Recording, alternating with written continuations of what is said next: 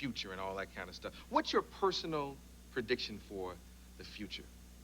Well, that's a tough one, of course, and I know you're referring to these tech war books that I've written and MCA has bought, and we're about to invent a culture that takes place 50 years from now. What that culture is very exciting to explore. Cyberpunks are on the cutting edge of what tomorrow may bring. The cyberpunks are a group of youngsters who are into computers, and they are, in the word punk, they are antisocial.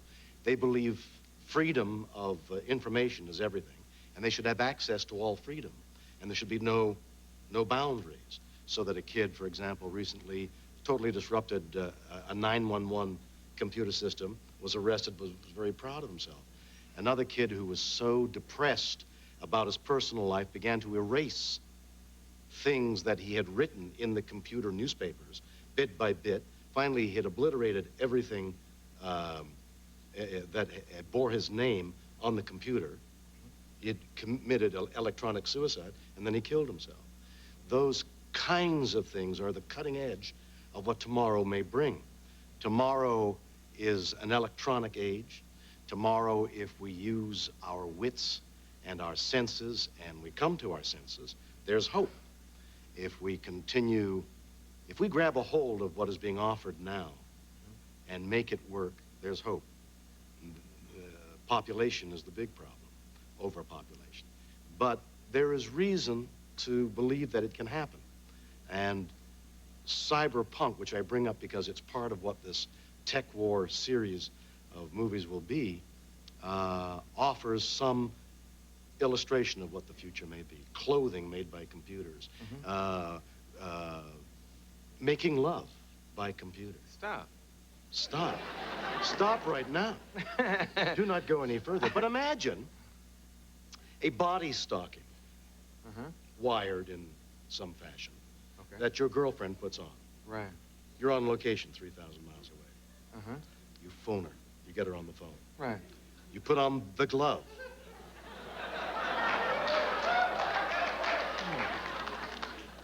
It's possible. Maybe that's what that Michael Jackson thing was all about. That glove. Yeah, let's take a commercial and come back with William and a body stocking. We'll be right back. Interesting.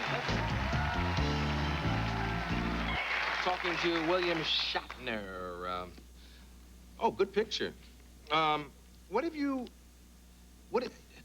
done so far with this day you're planning? Well, I'm planning a day about the future in which I hope to get a number of brains who are conversant with the future, including I'm going to send an invitation to Vice President Gore to talk about the future of the wilderness areas. There's a scene in Tech War, the first of the movies, which takes place in a wilderness area.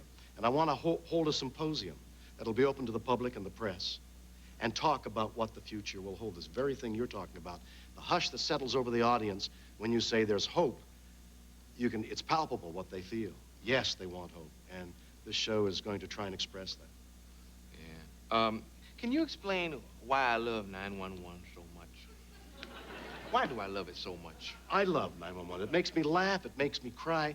Let me tell you what 911 has done for me. An extraordinary story. I was asked to go to New York. Got time?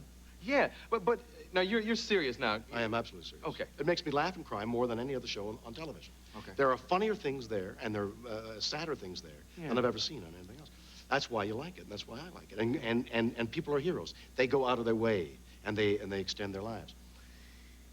The people who make Bayer Select products invited me to New York to help dramatize, help publicize a demonstration for CPR.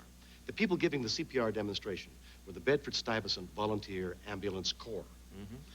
They had a history in Bedford-Stuyvesant of helping kids, teaching kids, calling them their trauma troopers, getting volunteers to help with the ambulance, and teaching adults, both gang members and people on welfare, how to be medical technicians.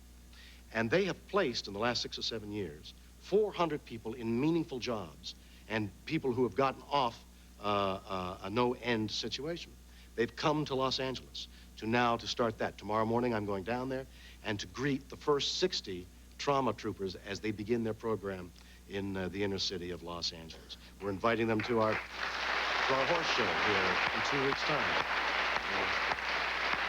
And that's the kind of effect 911 has had. 135 lives saved by people watching 911. It's an extraordinary show. You couldn't have known that this show would work. I mean, well, I saw it. I was part of a special, 1 hour special, and I saw that it had a magic. I felt the texture, but who can tell when something is going to be successful? Yeah. When we were talking about the future and stuff, do you have any opinion on smart drugs? Well, I don't think they work. They'll either work for an instant and burn you out, or they don't work and you think you're getting smart, you know? It's so much easier to learn. Just go to school and exercise your brain. And exactly what are they now? You drop them and they make you smarter. Well, I guess it enhances the brain cells in some manner, but it can't work. Nothing unnatural can work. It cannot work. The steroids we thought worked, they don't work. Ultimately, all those things that are not natural will not work. Will we ever freeze people and save them for a later date? I know a guy who's going to freeze his head because that's all he can afford. That's the truth. With Bill Clinton in, that's the way we all feel. You know, it's like, I know I'm just freezing one finger because I know guys freezing something else, but we can't talk about it. Oh, ouch. Oh, maybe that's my problem. I didn't know heat in my house. I didn't know you had one. The book. Oh, anyway, but I mean, that will never happen. You always hear these stories. No, the cells die, and it really is impossible. Maybe so far in the future that it's not even, there's no point in even talking about it. But the near future is worth talking about. 5 years from now, 10 years from now, what will befall us? 50 years from now. 1940 isn't that long ago. 1990, it's only 50 years ago. Buildings exist. We wear the same kind of suits. I mean, my gosh, we look like we're in the 1940s right here. Yeah. You know? Yeah. The music, jazz, is the same, basically. Wouldn't that be the music of 50 years from now? Why should everything change? And yet, things will change. Yeah. Let me tell everyone that, when is Rescue 911? When is it? On Tuesday nights, 8 o'clock, CBS. Okay. And not only did I become a huge fan of yours as a result of, because I wasn't into the thing, the space thing. Neither Trekkie. was I. Yeah, I never got into it, but I watch your show now, and this is when you took me apart. Sandy, show this clip. You remember this. Look at this. I want sex you, make you love until you cry. I want sex you, I want sex you, all you do feels so right, it can't be wrong. Don't be shy, girl, rescue me. Open your heart and I'll set you free. La, la, la, la, la, la, la, la. Sexy woman. I'm a lifetime fan. Rescue 911's William Shatner. Here's the book.